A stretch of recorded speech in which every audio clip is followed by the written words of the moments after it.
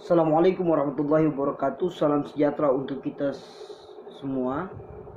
Pada kesempatan kali ini saya mencoba untuk melihat terkait dengan dinamika politik yang terjadi saat ini, yaitu terkait dengan adanya keputusan MK yang kemudian menjadi pertanyaan besar. Keputusan ini sebenarnya untuk siapa? Apa yang menjadi keputusan MK ini adalah memberikan satu ketentuan hukum dalam uji material untuk persyaratan usia sebagai capres dan cawapres, yang kemudian diambil putusannya 40 tahun ke bawah bisa diakomodir untuk menjadi capres ataupun cawapres untuk kepentingan pertimbangan anak muda juga bisa nyalon. Dan tentunya syarat berikutnya sudah pernah menjabat sebagai kepala daerah. Nah, dalam konteks ini sebenarnya kita melihat sah-sah saja adanya putusan MK yang kemudian ada permintaan atau ada yang memohon untuk diuji material terkait dengan ketentuan usia di dalam aturan tersebut, sah-sah saja. Tetapi yang menjadi problem adalah nilai idealitas negara kita ini adalah negara hukum sebagaimana yang dijelaskan di dalam pasal Undang-Undang Dasar Negara Republik Indonesia, bahwa negara kita ini adalah negara hukum. Namun dalam realitas yang kita lihat bahwa hukum bukan menjadi penguatan kita berbangsa dan bernegara, tetapi hukum dijadikan sebagai alat politik. Dan kalau mau ditarik benang merahnya, fenomena politik hari ini sudah memberikan pembuktian bahwa hukum selalu dipolitisir. Kenapa demikian? Karena orientasi daripada batasan usia yang diuji material dan kemudian ada putusan yang diputuskan oleh MK ini secara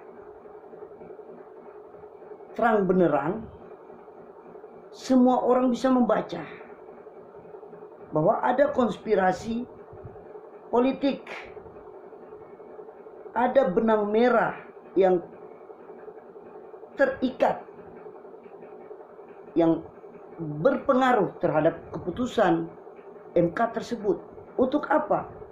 Untuk melicinkan jalan dari salah satu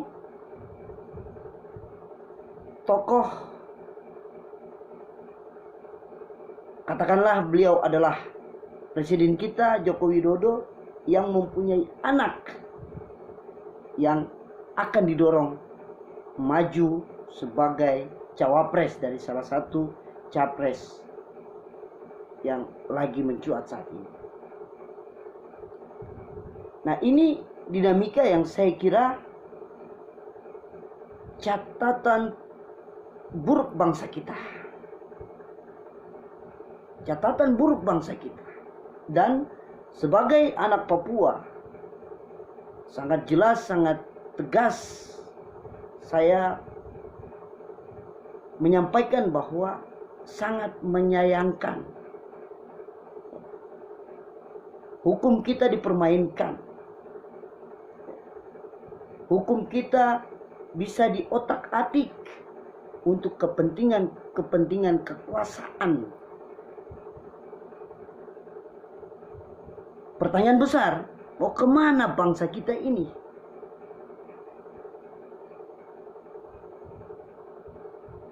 Artinya apa? Situasional bangsa kita ini bisa kita katakan sudah tidak ideal lagi. Kenapa saya katakan demikian? Karena dalam dinamika realita kehidupan kita dalam perpolitikan di negara kita ini merusak tatanan aturan yang ada.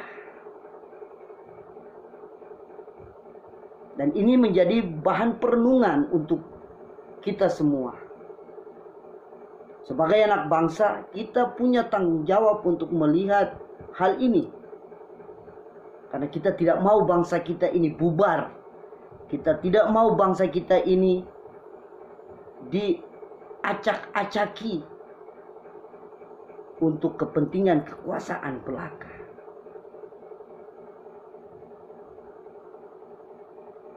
Ini komentar dari saya sebagai pengamat politik yang kita melihat fenomena saat ini yang terjadi. Marilah kita renungkan dan kita jalankan kehidupan berbangsa dan negara ini dengan sebenar-benarnya kita letakkan pada landasan fundamental kita, yaitu bangsa Indonesia adalah negara hukum. Sehingga kita sebagai penguasa, kita menghindari politisasi hukum. Hukum dijadikan alat untuk kepentingan penguasa, yang tentunya orientasinya bisa dikatakan dinasti. Ya iya aja, karena keputusan yang dilihat di MK ini, pertalian saudara itu sangat terikat. Ketua MK, presiden, kemudian si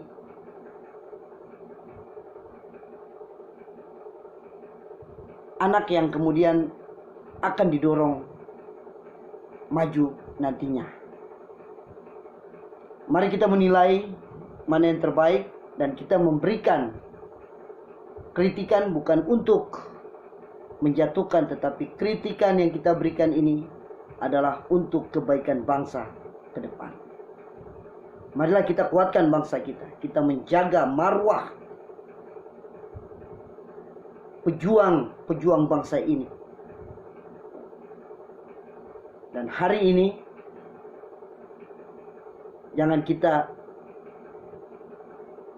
menodakan perjuangan para pejuang luhur kita untuk